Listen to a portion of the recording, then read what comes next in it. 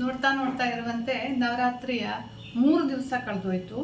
ಇವತ್ತು ನವರಾತ್ರಿಯ 4ನೇ ದಿವಸ. ಇವತ್ತು ದೇವಿಯ ಅವತಾರದಲ್ಲಿ ಒಂದಾದಂತಹ ಕೂಷ್ಮಾಂಡ ದೇವಿಯ ಆರಾಧನೆ. ಕೂಷ್ಮಾಂಡ ಅಂತಂದ್ರೆ ಬ್ರಹ್ಮಾಂಡ ಎನ್ನುವಂತಹ ಅರ್ಥ. ಈ ದೇವಿಯು ಇಡೀ ಬ್ರಹ್ಮಾಂಡವನ್ನೇ ತನ್ನ ಒಡಲಿನಲ್ಲಿ ಇಟ್ಕೊಂಡಿರುವಂತಹ ತಾಯಿಯಾಗಿದ್ದಾಳೆ. ಪೃಥ್ವಿಗೆ ಅಧಿಪತಿಯಾಗಿರುವಂತಹ ಇವಳು ಸೂರ್ಯನ ಕೇಂದ್ರ ಸ್ಥಾನದಲ್ಲಿ ಕೂತಿರ್ತಾಳೆ.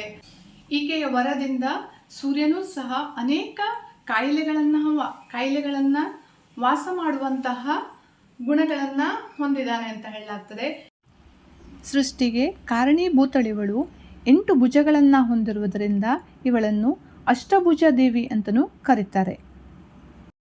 ಬ್ರಹ್ಮಾಂಡವನ್ನು ಸೃಷ್ಟಿಸಿದ ಮೇಲೆ ಈ ತಾಯಿ ತನ್ನ ಬಲನೇತ್ರ, ಎಡನೇತ್ರ ಹಾಗೂ 3ನೇ ನೇತ್ರದಿಂದ 3 ದೈವಿ ಶಕ್ತಿಗಳನ್ನು ಸೃಷ್ಟಿ ಮಾಡಿದಾಳಂತೆ.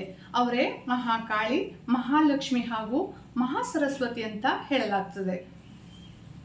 ಹಾಗಾಗಿ ಇವತ್ತಿನ ದಿವಸ ನಾವು ಕೂಷ್ಮಾಂಡ ದೇವಿಯನ್ನ ಆರಾಧಿಸುವ ಮೂಲಕ ನಮ್ಮ ಮನದ ಕ್ಲೇಶವನ್ನ, ಮನದ ಕತ್ತಲೆಯನ್ನ ಕಡಿಮೆ ಕಳ್ಕೊಳ್ಳೋಣ ಅಂತ ಹೇಳ್ತಾ ಬನ್ನಿ ಇವತ್ತಿನ ನಮ್ಮ ರೆಸಿಪಿಯನ್ನ ಸ್ಟಾರ್ಟ್ ಮಾಡೋಣ. ಹಾಯ್ ಫ್ರೆಂಡ್ಸ್, ನಮಸ್ಕಾರ. ವೆಲ್ಕಮ್ ಟು ನಳಪಾಕ. ಇವತ್ತು ನಾನು ಮಾಲ್ಪುರಿಯನ್ನ ಮಾಡ್ತಾ ಇದ್ದೇನೆ. ಅದನ್ನ ಹೇಗೆ ಮಾಡೋದು ಅಂತ ನೋಡೋಣ ಬನ್ನಿ.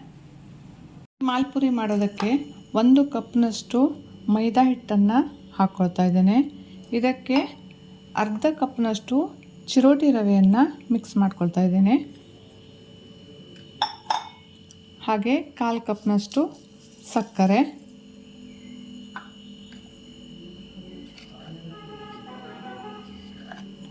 ಒಂದು ಚಿಟಿಕೆಯಷ್ಟು ಉಪ್ಪು. ಇದನ್ನು ಈಗ ಚೆನ್ನಾಗಿ ಮಿಕ್ಸ್ ಮಾಡ್ಕೊಳ್ಬೇಕು ಸರಿಯಾಗಿ.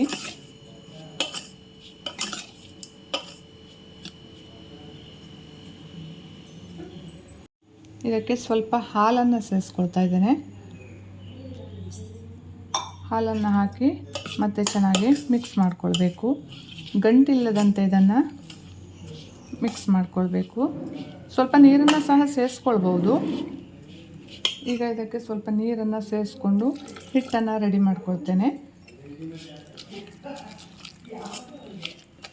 ತುಂಬ ತಿಳು ಮಾಡ್ಕೊಳ್ಬಾರ್ದು ಇದನ್ನು.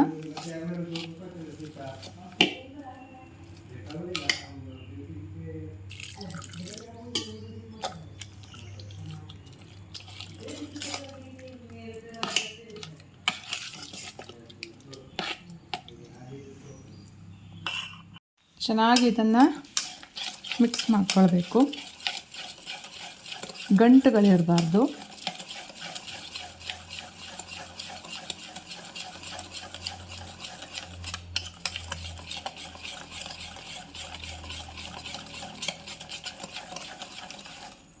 ನೋಡಿ ಈ ಥರ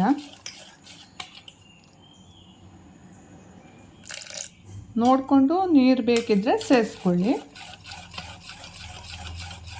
ರವೆ ಹಾಕಿರೋದ್ರಿಂದ ನೆನೆಯುತ್ತೆ ರವೆ.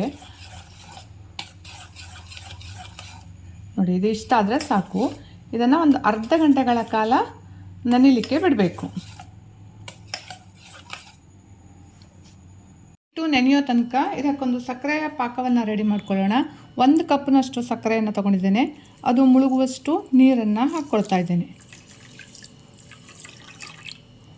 ಪಾನಿಪುರಿ, ಜಾಮೂನು ಎಲ್ಲ ಮಾಡುವಾಗ ನಾವು ಹೇಗೆ ಸಕ್ಕರೆ ಪಾಕವನ್ನು ರೆಡಿ ಮಾಡ್ಕೊಳ್ತೇವೋ ಅದೇ ಥರ ಈ ಸಕ್ಕರೆ ಪಾಕವನ್ನು ಸಹ ರೆಡಿ ಮಾಡ್ಕೊಳ್ಬೇಕು. ಸಕ್ಕರೆ ಚೆನ್ನಾಗಿ ಕುದಿದು ಒಂದೆಳೆ ಪಾಕ ಬರಬೇಕು. ಅಷ್ಟು ತನಕ ಇದನ್ನು ಕುದಿಸ್ಕೊಳ್ಬೇಕು. ಕುದೀತಾ ಇದೆ. ಈಗ ಇದಕ್ಕೆ ಸ್ವಲ್ಪ ಏಲಕ್ಕಿ ಪುಡಿಯನ್ನು ಸೇರಿಸ್ಕೊಳ್ತಾ ಇದ್ದೇನೆ. ನೀವು ಇಲ್ಲಿ ಕೇಸರಿ ದಳಗಳನ್ನು ಸಹ ಸೇರಿಸ್ಕೊಳ್ಬೋದು.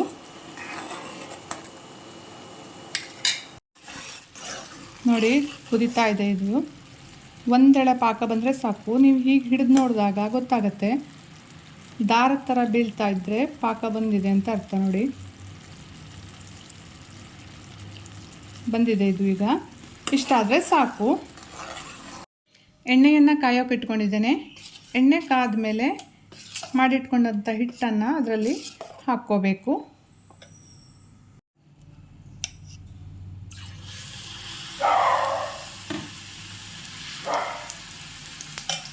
ಮೀಡಿಯಮ್ ಫ್ಲೇಮಲ್ಲಿ ಇದನ್ನು ಚೆನ್ನಾಗಿ ಕಂದು ಬಣ್ಣ ಬರೋ ತನಕ ಬೇಯಿಸ್ಕೊಳ್ಬೇಕು.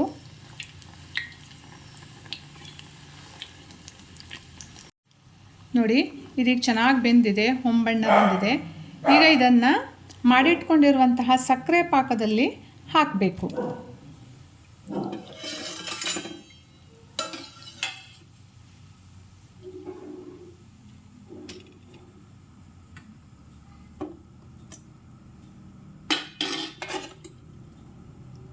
ಈ ಥರ ಇದರ ಮೇಲಿಂದ ಹಾಕಿ 1-2 ನಿಮಿಷ ಇದನ್ನು ಇದರಲ್ಲೇ ಮುಳುಗಿಸಿಡಬೇಕು. ಆವಾಗ ಚೆನ್ನಾಗಿ ಇದು ಸಕ್ಕರೆ ಪಾಕವನ್ನು ಹೀರ್ಕೊಳ್ಳುತ್ತೆ. ಚೆನ್ನಾಗಿ ಉಬ್ಬಿದೆ ಅಂತ ಇದೇ ರೀತಿ ಎಲ್ಲ ಪುರಿಗಳನ್ನು ನಾನು ಮಾಡ್ಕೊಳ್ತೇನೆ. ನೋಡಿ ರುಚಿಯಾದಂತಹ ಮಾಲ್ಪುರಿ ರೆಡಿಯಾಗಿದೆ. ನನ್ನ ಈ ಅಡುಗೆ ಇಷ್ಟ ಆಗ್ತಿದ್ರೆ ಲೈಕ್ ಮಾಡಿ, ಶೇರ್ ಮಾಡಿ, ಸಬ್ಸ್ಕ್ರೈಬ್ ಮಾಡಿ ಹಾಗೂ ಕಮೆಂಟ್ ಮಾಡಿ. Thank you.